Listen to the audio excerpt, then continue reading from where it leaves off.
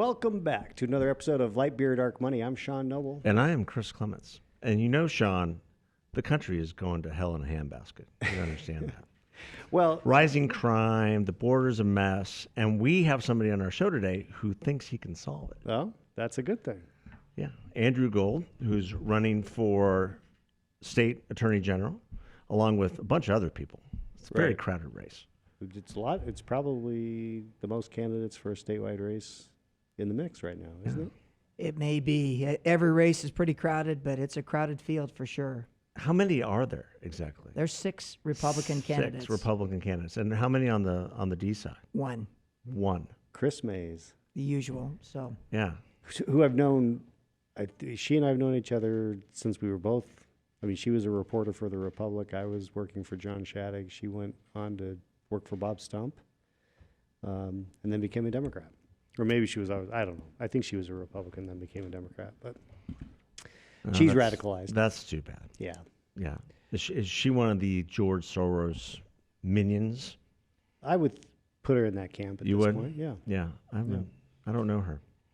You know, I know her a little bit. Her platform is Green New Deal, and the Republicans are trying to suppress minority voting rights. So it sure sounds like either a George Soros or Tom Steyer type platform.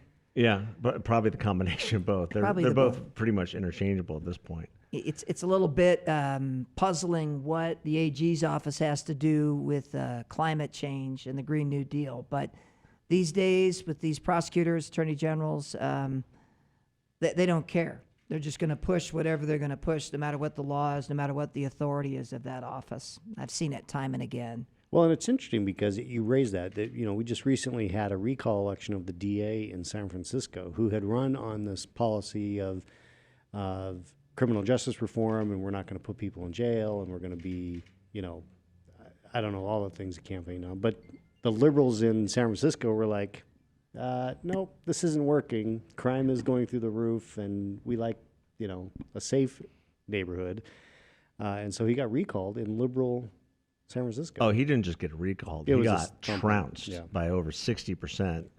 And he tried to, pan it off as Republicans coming into the city and voting against him. And it's like, well, there are very few Republicans in San Francisco. Republicans to give you a 60. And now the DA of Los Angeles, the great city of Los Angeles, is about to get recalled. They're about to have a mayoral election in Los Angeles too, where a very moderate, I would say, Democrat who used to be a Republican will probably get elected. Yeah, it's a good chance. So in terms of crime and punishment, it's still very top of mind for people. Well, and I would say, Andy, in your race, I feel fairly comfortable with your chances in the general. So it's really the primary, right? That's right. And you come to the table with a pretty long history and broad experience. Why don't you tell people a little bit about what your background is, the fact that you were most recently one of our state Supreme Court justices? Different things motivate different people. There is a group of people that are wired for public service, and that's me. It's just what I always wanted to do. I was in private practice for a while, but it's just not the thing that got me up in the morning. And I'm not making a value judgment on it. It's just the way I think. So I started out, I graduated from Northwestern Law School in Chicago, and I came to Phoenix in the summer of 1990, the summer where there were 5 days of 120 degrees plus heat. I had a black Ford Turismo with no air conditioning in it, and I thought it was hot here in the summer, and I had no idea. And I started out a big firm. I was at Snell and Wilmer. I did a lot of commercial litigation. I was also at Gallagher and Kennedy, but my heart was always in the public service. I wanted to be a prosecutor. And so I did something that people don't do very often. I left private practice and I went to Yuma for $34,000 a year with my wife, a baby on the way, and I prosecuted border crimes. And I was down there for a number of years. I ended up staying there for 22 years, raised my family there, and I got to learn a lot about the border and what states do on the border and the problems with the federal government, and I'm sure we'll get to that later. It's much worse now, but we've had problems for a long time with the federal government taking care of that border. But then I got appointed to the Yuma County Superior Court. Jane Hall appointed me, and within a few years I was the presiding judge, so I managed all the court employees, about 360 employees, and we did a lot of unique things down there. I ran a drug court. I was on a lot of national and statewide committees to always try to push the envelope and try in terms of making the courts more efficient and trying new things.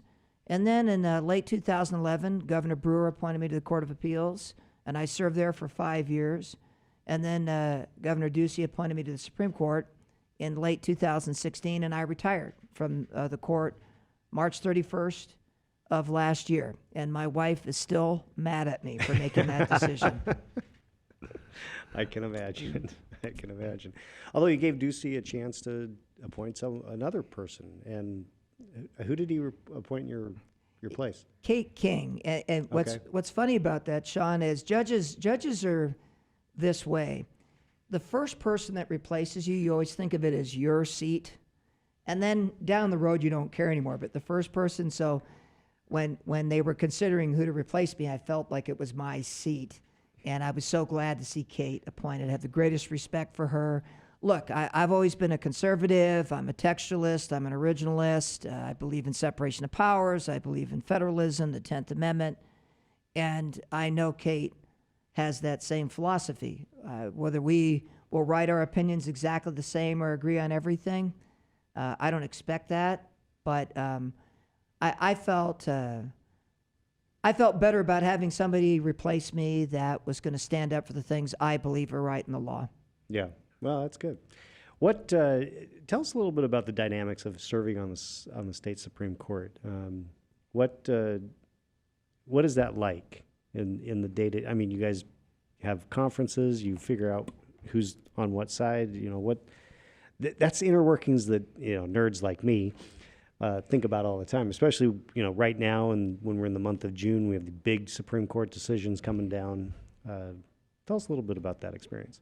Well, I think one thing people don't realize is the Supreme Court doesn't issue a large number of decisions, but we review 1,500 petitions a year. So you've got 7 justices. You have to review every one of those petitions. It's a court of review. And what that means is you've got courts of record. That's a trial court. You make a record. You have witnesses. You have exhibits. That's a court of record. You have a court of appeal, which is basically a court. Everything that happens in that trial court, you appeal. And then you have courts of review. And a court of review is the state Supreme Court, U.S. Supreme Court. And all that means is this. It's discretionary. The court doesn't have to take anything. It only takes the most important cases. So we'll get 1,400, 1,500, 1,600 petitions for review in a year of all the closest cases on the biggest legal issues in the state. And we'll cull that down to maybe 50 to 100 cases. The court is very regimented. I know the U.S. Supreme Court has the same kind of thing. The difference on the U.S. Supreme Court is they don't have as much turnover. For example, the most junior justice on the U.S. Supreme Court has to make the coffee and close the door. And I can't remember who it was. It might have been Clarence Thomas had to do that for like 20 years. Right. We don't have things quite like that, but we can discuss cases before oral argument, but generally there isn't a lot of discussion. Each chambers prepares their bench memo, their approach to the case. You come in, you meet briefly, and then you hear the case. And then after oral argument, that's the first time you really sit down and discuss the case, with some exceptions. You vote from most senior to most junior. So. And then the Chief Justice goes last. So you start with the most senior justice all the way down to the most junior, and then the Chief Justice goes last. And then the way it works is the Chief assigns the writing assignment to someone in the majority. A lot of these cases are 7-0, 6-1. There might be one dissent. But sometimes the Chief is not in the majority, so he doesn't assign it. So the most senior justice in the majority assigns it. So when you look at the U.S. Supreme Court, you wonder how these writing assignments get made, and I'm not sure exactly how they do it, but I think it's pretty much similar. And what was one of the challenges is when I was one of the more junior justices on the court, you always wanted your shot at those big cases. Right. And, you kind of had to wait your turn. But there were times where I would go in and to the chief and say, I want to write this. And if you really want to write a case, usually the chief will let you write it. That's a very interesting insight, because as this whole leaked draft of Alito on the Roe v. Wade issue came out, to me, I was shocked that it was leaked. I thought that was just an incredible breach of decorum and tradition. But to me, I was actually shocked it wasn't Clarence Thomas that was writing the opinion. Well, Alito is not as senior as Clarence Thomas, so there can be different reasons. Sometimes the justices in the majority sit down and say, this would be the best person to write it. I encountered situations like that. So hard to tell. But, what's happened on the court is more damaging than you can possibly imagine, because those justices have to be able to discuss the drafts. I had cases that I was on where we had 25 drafts. Wow. So a first draft, even though the first draft we've seen looks like a very finished product, there's a lot that happens. Justices can change positions, or they might split off and write separately. Even though they concur in the majority, they have a different reasoning to get there. And of course, what you don't have are the dissents. And I think in the Dobbs case, you're going to have one main dissent and probably 3 separate dissents as well. You don't have any of the response to those arguments because it's the first draft. But for justices not to be able to circulate a draft and get comments and get input and go back and forth without fear of that being leaked, I can't tell you how much damage that does, because now you don't know if you can trust giving your draft to somebody without it getting leaked. Yeah. You haven't made a final decision yet. This isn't your finished product. And what it's going to do, I think, is these justices are going to hunker down in their chambers. They're not going to be willing to circulate as much and discuss. And that's not good, because that's going to bring the quality of the drafts down. Yeah, I totally agree with that. Do you think the justices intuitively know how it was leaked and who leaked it? And we're not going to see the opinion. This is a discussion I had yesterday with someone, that we're not going to see the opinion to the very end, or at least until they have the leaker in place and they know what they're going to do with that person. Yes and no. Okay. Here's the problem. This is so far out in left field. Yeah. That someone would leak it. I never saw it. I served as a judge for over 20 years. I wrote drafts of orders when I was a trial judge, Court of Appeals, Supreme Court. I've never seen a draft leaked ever before. So, do I think they know who leaked it? Maybe not, because this is so far out of left field. They would never anticipate this happening. The flip side is you've got only a set universe of people who can leak it. It's going to be roughly 36 clerks. That's it. And maybe a judicial assistant and the justices themselves. So it's not like... Which would be unbelievable if that were the case. Sotomayor. That was one of the conjectures. It could be somebody from her staff or justice themselves. My guess is it's a clerk. And I know I just read an article the other day. Of course, a lot of those clerks have lawyered up now. Yeah, because they're being asked for their phone records and other records. So now you've got a situation where you're trying to get drafts out. You've got clerks. They're represented by counsel. Everybody is their cell phones, their email, their social media. Everything is being subpoenaed and looked at. It is an unmitigated disaster. And even if they're able to move on from this and find the leaker, I don't think the court will ever recover from it. Whoever wanted to damage the Supreme Court has done a fine job. Yeah, that's a. If you're the Chief Justice after your opinions are issued here in the next 2 weeks, this was something somebody brought up to me the other day. Do you then let all the clerks go and start anew? You might. Rather than, if you still don't know who it is, rather than split hairs, do you just say, okay, we're done? because you have to think that some of those clerks actually know who it is, and or suspect, and if they haven't gotten to any sort of resolution, then I'm just saying, as an former executive myself, I would just let everybody go and start anew the next term. And they usually do that anyway. Yeah. But they need those clerks to finish what's in the pipeline right now. You know, for our court, it was the same way. We're finishing drafts. We're getting the backlog out in June, July. We would go a little bit later into August, and you know, you've got a clerk. Let's say it's a death penalty case. In a death penalty case, you have to review every single document, every single exhibit. You assign a clerk to a death penalty case. If you let that clerk go, you'd have to start all over again. Those cases can take a year to go through the record. Yeah. So, but you're right, Chris. They certainly can let them, when they get all these opinions out. Yeah, I'm not saying it'd be easy. No, but it's maybe an option. Maybe you're right. Yeah. Maybe you're right. Maybe you do start over and you delay. Look, it's not like these cases just fly through the Supreme Court. Some of them have been up there for a long time. Yeah, absolutely.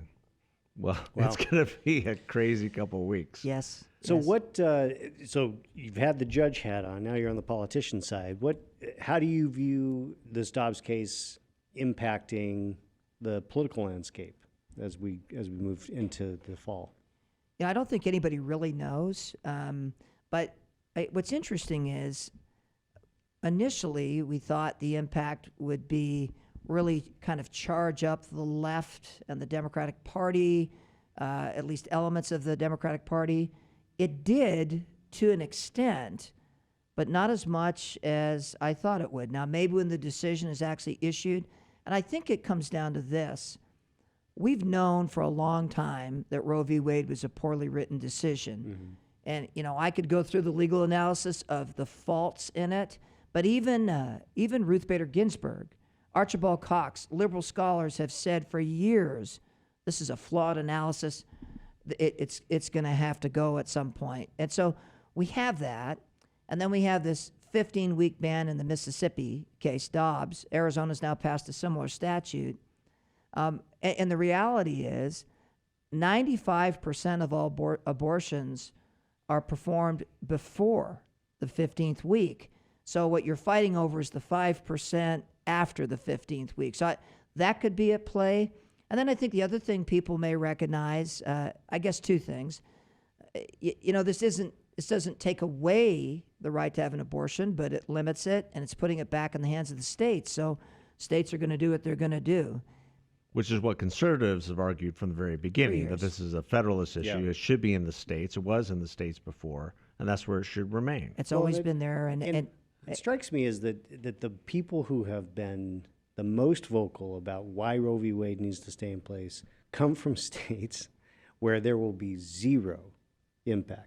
Zero. Or they're doubling down, what I would call, on infanticide. Well, you know, like I said, they're going to allow abortion impact up until the moment of birth. And so those are states that they're going to do what they're going to do. And the citizens of those states can fight those battles in those states, which is what the founders intended. And I agree with you. That's sound constitutional analysis. I think the last thing is this. We've got record inflation. We've got a border out of control. People are concerned about elections. There's so many huge problems. We've got this issue in Ukraine that could be a nuclear war.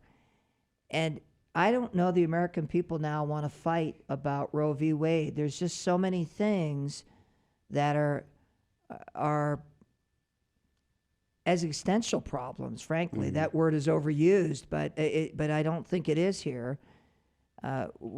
We've got other problems that we have to address. Fighting about the right to have an abortion and the limits on it, I just think people are more concerned about other things.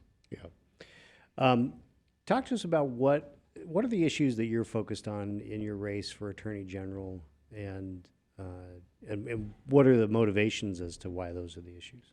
The number one issue for me is the border. I lived in Yuma for 22 years. I was a prosecutor on the border. I was a judge on the border. I sat on those cases. And what always concerned me was the federal government and its Republican and Democrat administrations never really was consistent on the border. and focused on it. And I don't think that people realize the impact on local communities like Yuma, Arizona, where I'm from, of what the border has, the reach of the cartels and how they affect things. I'll give you one example. The cartels, when they bring up illegal aliens from Central America and Mexico, probably rape about 100% of the women and the young girls. And I'm not exaggerating it. So they come in and they're raping them, of course, in Mexico where we don't have jurisdiction, but they continue to rape them on the United States side. So these young women will arrive at our crisis centers and so forth. They have these claims against cartel members. We don't even we need thousands of rape kits even to try, and we don't know where. We have at our hospital at YRMC, a friend of mine, his wife is giving birth, I think it was a couple weeks ago. She couldn't get into the maternity unit because it was filled with people who had come in from out of the United States, all types of countries, because what they'll do is they'll come to the Yuma Regional Medical Center in labor, and they have to help them because it's an emergency situation.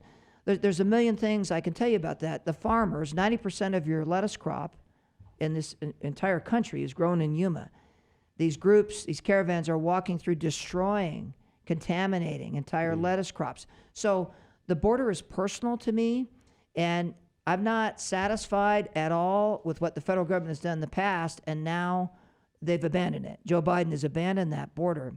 And so what I've tried to do, and I've thought about this for years, I thought about this long before I decided to run, is I knew as a prosecutor, a dirty shirt prosecutor down in Yuma with a handful of sheriff's deputies, how much we did for border security. And I thought, what if we actually funded that and coordinated that and kept the control of border security local with the sheriffs and the county attorneys and the local police that actually live there and care about it, and it's not going to blow up and dry away depending on who's in the White House. So the plan I came up with, I'm sure you've seen it. I've done my commercials. I've got my plan. I call it a no trespassing zone. And it's as simple as this. There are pinch points where the cartel members, where the caravans cross. One of them was 10 minutes from my house where I used to live in Yuma. They come across Morales Dam. The police stage, the sheriff stage in those areas, and they already do this now on a small scale. So what I'm talking about is ramping it up. It's not doing something we haven't done before. They stage there, they have cameras set up, they have drones, all those things. And when the cartel members and the caravans and all these groups step on state and private land, because that's where the state has jurisdiction, the state enforces its criminal laws that protect people and their property. And the first one is trespass. They're trespassing when they step on people's property. And I want to be very clear about something. When these groups come across, the cartels come across in camo fatigues and AK-47s with military-aged men, they walk through people's property in the middle of the night. It is terrifying. It is terrifying. Even the caravans that come across, imagine having 100 or 1,000 people walk through your front yard at 3 o'clock in the morning. And so they make the arrest. When they make an arrest, they can seize anything that they're carrying. It's called a search incident to arrest. And for the cartel members, they seize the fentanyl, the methamphetamine, the heroin, the guns, the drugs, and you can prosecute them for that. They're in possession of that.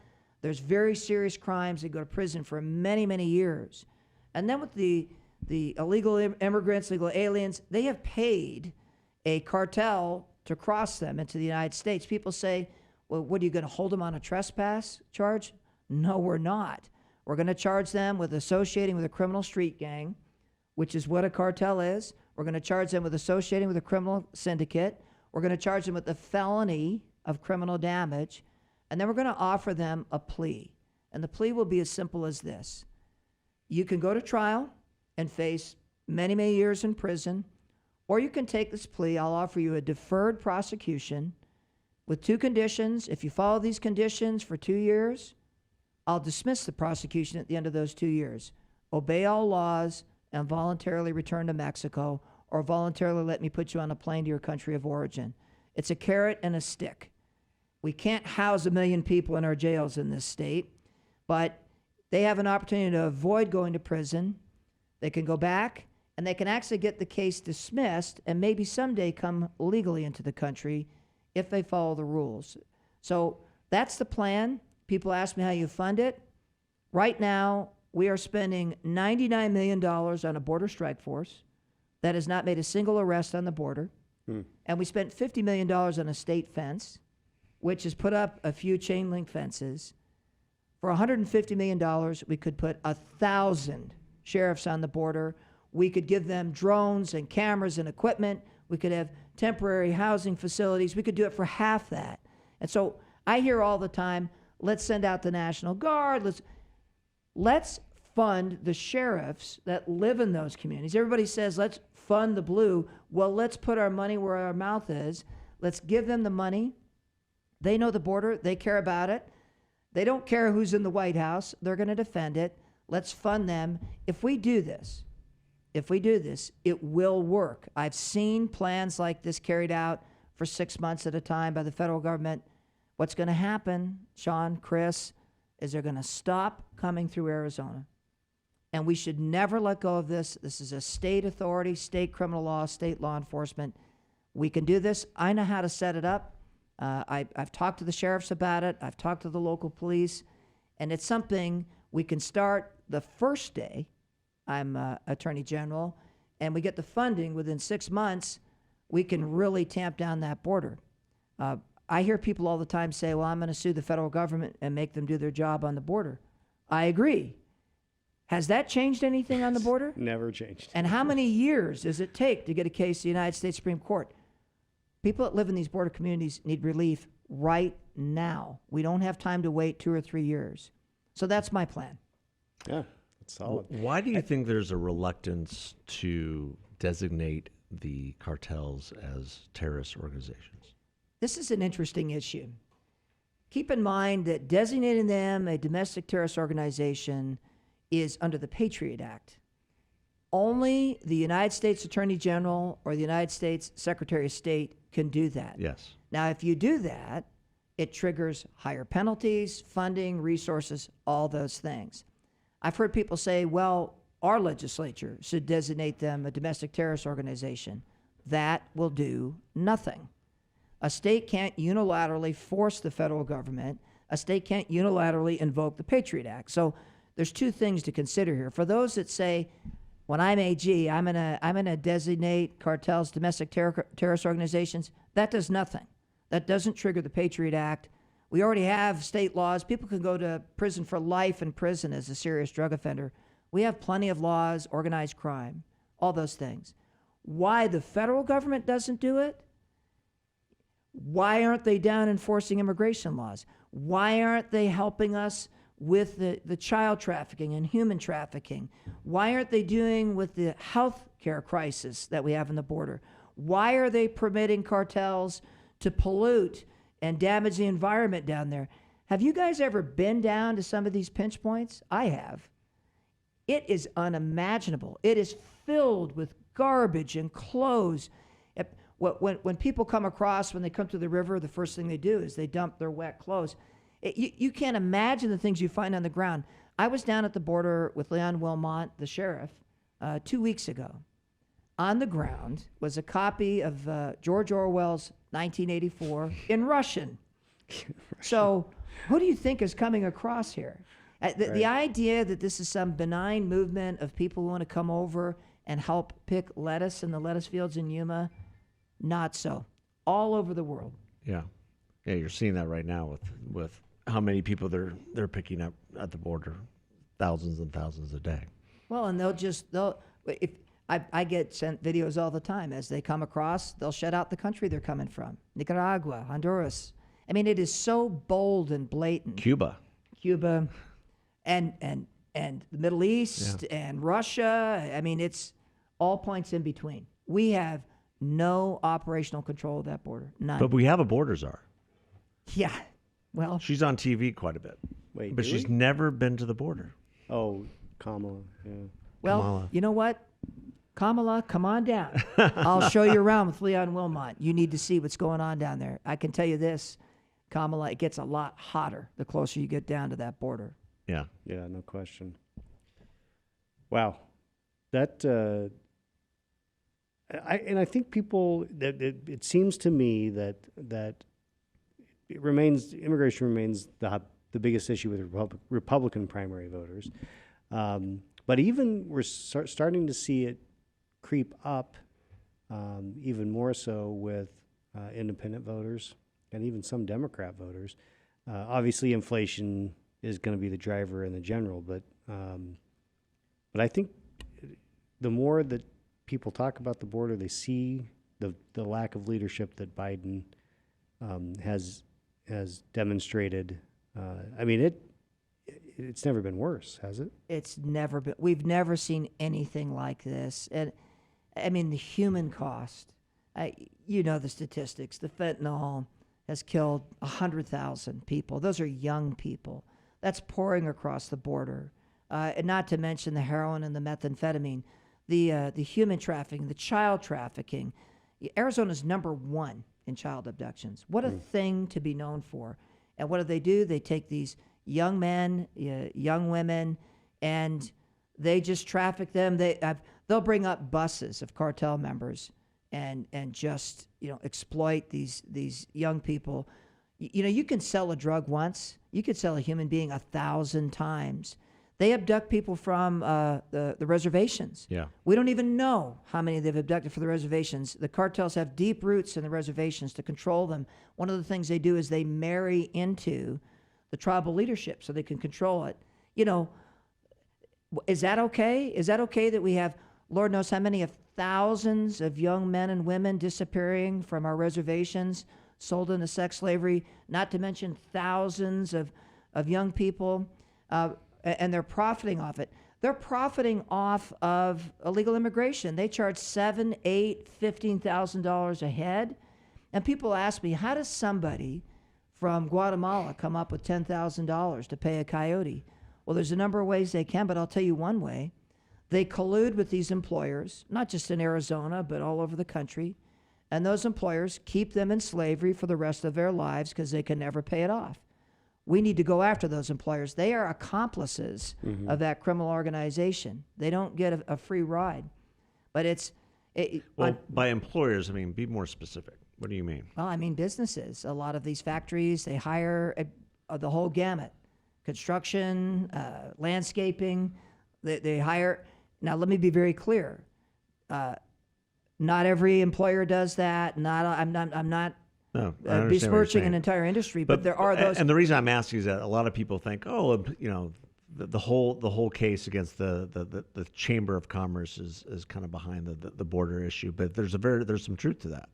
Well, it's a fact. And if you talk to law enforcement, there are employers that do collude with the cartels and keep these people under their thumb because they cannot pay off the cost of what they pay the coyotes. That's a fact. Now, I know there's many legitimate businesses that are struggling to get labor. I get that.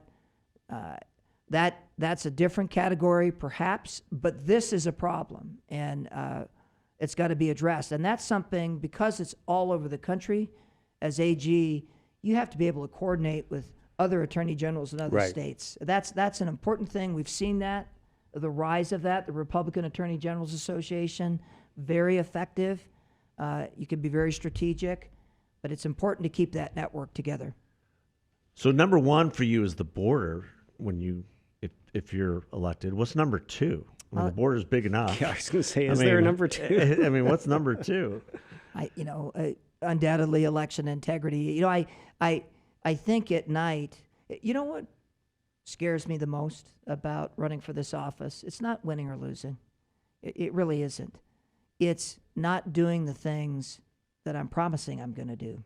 Because I've seen in our party all these promises made and, with rare exceptions, never kept. Mm-hmm.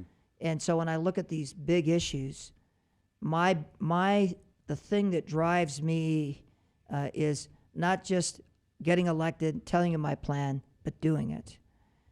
The border is a huge thing. We're going to have to coordinate county attorneys. We're going to have to coordinate sheriffs, all these things. Hopefully we have a good governor and a good legislature that identifies this problem, is willing to coordinate it. But election integrity is the other issue. And in a nutshell, the problem is this. I credit our opponents in the Democratic Party for having a better legal team. They do.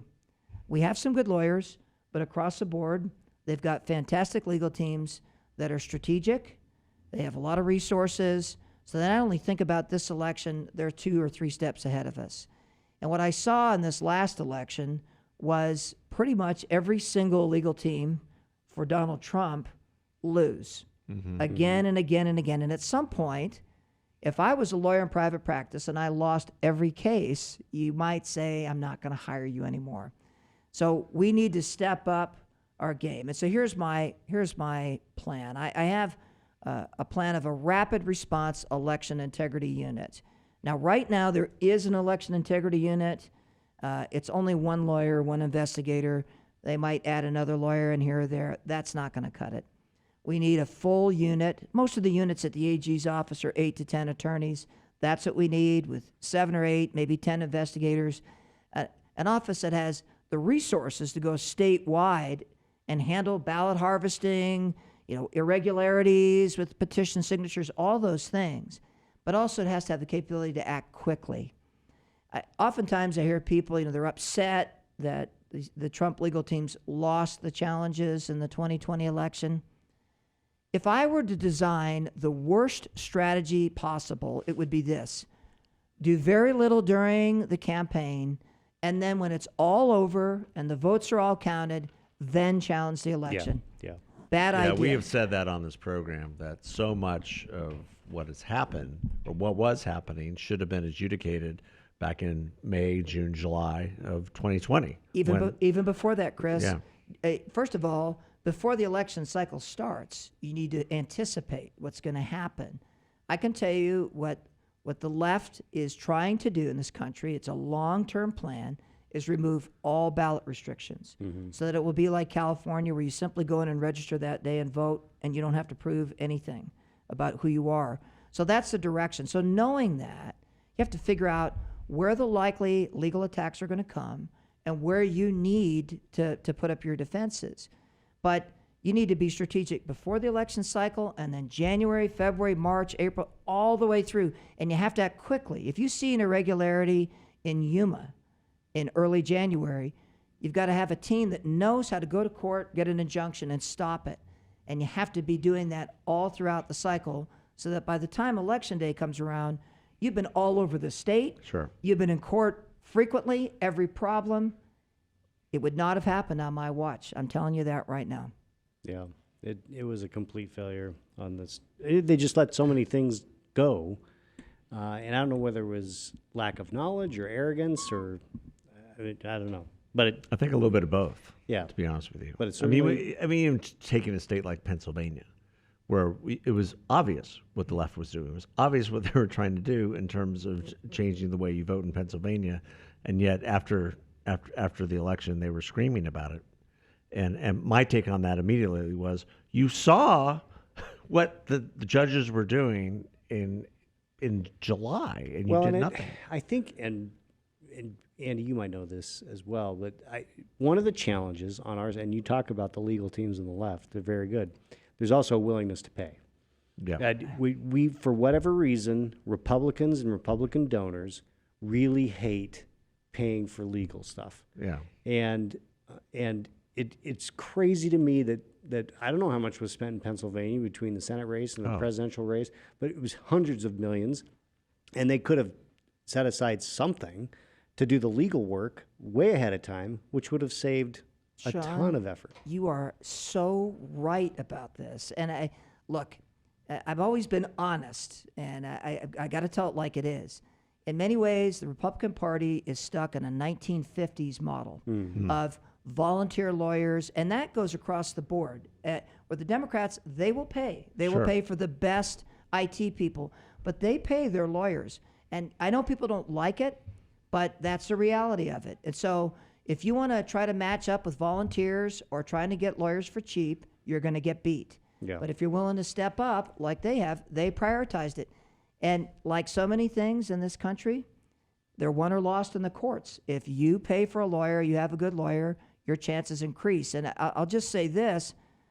One of the things about this election integrity unit is it will level the playing field. And I'm not going to level it for Republicans or Democrats. I just want fair elections and the law to be followed.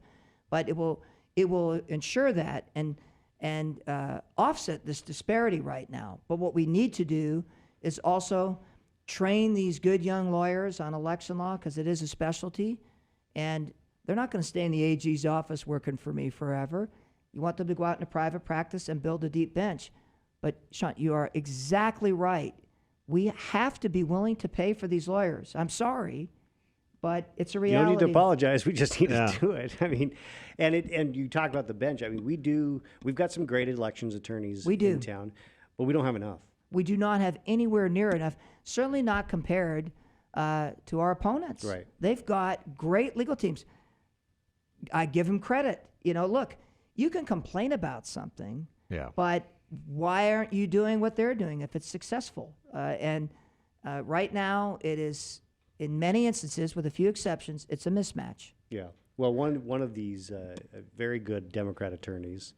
So I've got mixed feelings. Rupali's just been nominated to be on the Ninth Circuit. She is a dynamite attorney for the left, who has been opposed, on opposite sides of stuff I've done many times. I'm very happy that she'll be out of my hair, but she'll be on the Ninth Circuit, which is probably not a great thing. Yeah. So, well, it is. It's the course of the way things happen. But that goes to the heart. I mean, what you're describing also goes to the heart of the Democratic, the left in and of itself. They believe they can always win in the courts, and they've put so much behind that strategy, whether it's the Supreme Court or the appellate courts or the federal courts. They know that their ideas don't mean anything to the everyday person, that they don't work. But if they can adjudicate those ideas in the courts and get courts to agree with them, they feel that they can win. Well, and it's an end around. I mean, the legislature is slow. You may not have the votes, but you can get it in front of a judge. Look, we opened up the podcast with a discussion. Look at Roe v. Wade. Mm-hmm. Roe v. Wade was a poorly written decision. There's no constitutional basis for it, but they were able to concoct this constitutional right and take those rights, your rights, away from you, from a federal perspective, from them being in the states. And Chris, now we're seeing the court push that back down. And this is critical for your listeners to understand. Judges only get to decide what's brought in front of them, and so a good lawyer sets the table for the judge with the right issues. A bad lawyer doesn't. So people get frustrated sometimes because they say, "Why did the court do that?" And there are bad decisions by courts. I'm not gonna defend every decision, but a lot of it is, do you know the arguments that were brought in front of the court? Because they weren't any of the things you think. A judge can't put on his robe and start running around the state saying, "What information do you have?" Right. That's not the way it works. You're at the end of the process. You get what's presented to you, and so a good lawyer knows how to present a case and get the right issues. So I've seen this so many times, and I've thought, my goodness, why didn't you bring that claim? Why isn't that claim in front of the court? But I'm a conservative judge. I'm not an activist judge, and so I don't reach out and bring claims into the court that haven't been presented. You don't try to make their argument for them. No, you can't do that. Or I don't. I think that's stepping outside your lane and frankly unconstitutional. But exactly, good lawyers know how to present it. You just mentioned one. Look, I know a lot of Republicans complain about certain lawyers and law firms, but they put every argument they can in front of the judges. That's how they do it. We need to do the same thing. Yeah. Well, man, you've got a lot to deal with, assuming you win this thing. And we wish you luck. What would be your parting message? What's your 30-second stump speech? We need experience in the AG's office. We need a real lawyer. We don't need a politician. We need somebody who's focused on that office. I'm not going to try to run for anything else. I'm going to do this job, and then I'm going to go home. I've got over 30 years experience. I've done hundreds of jury trials, hundreds of appeals. I've had my cases go all the way to the U.S. Supreme Court. I know what the problems are, and I know how to fix them. That's why I retired. If any of your listeners would like to go to my website, it's Gould4AG.com. It's all spelled out. I've got my policy positions, everything that I've talked about today. You can learn more about my campaign. Great. You've also got some pretty big endorsements in there as well, including former Senator John Kyle and his old boss, John Shattuck. Is that right? Yep. Oh, wow. John's Big, been very full-throated very endorsements. active. Just Funny read because it. he's been harassing me, phone calling while we're here. I don't know. Maybe he knows we're recording or not. Yeah. Who knows? Well, we appreciate you being here, and we wish you the best of luck. And thanks, first of all, thanks for your service to the state, and you're a tremendous patriot, and wish you best of luck in the election. Thanks for being part of our broadcast. Thank you, Chris. Thank you, Sean. You bet. Thanks for being here. All right. Thanks for listening. Thanks, everybody. God bless. See ya.